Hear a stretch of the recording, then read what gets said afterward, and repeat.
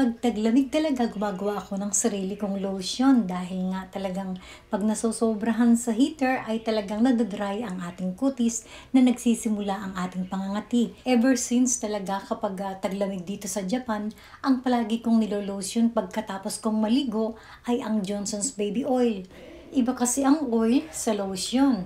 Kapag ang oil ang aking ginagamit, hindi ako masyadong giniginaw kahit sa labas. Ilang taon na rin ng winter na palagi ko itong ginagawa sa aking Johnson's Baby Oil. So itong rose na to ay pinapakuluan ko gamit ang purified water. At konti lang yung purified water na nilalagay ko para talagang puro ang makuha ko dun sa dahon. So ito ay aking pinapakuluan at ito ay aking pinipiga. Nilalagyan ko rin ng ilang patak na glycerin bago ko ilagay dun sa Johnson's Baby Oil. I-try nyo to guys. At ang the best timing nito ay yung after na ikaw ay makapaligo.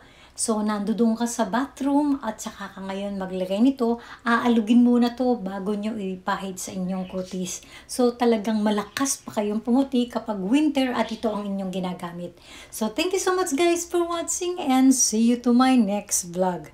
Bye!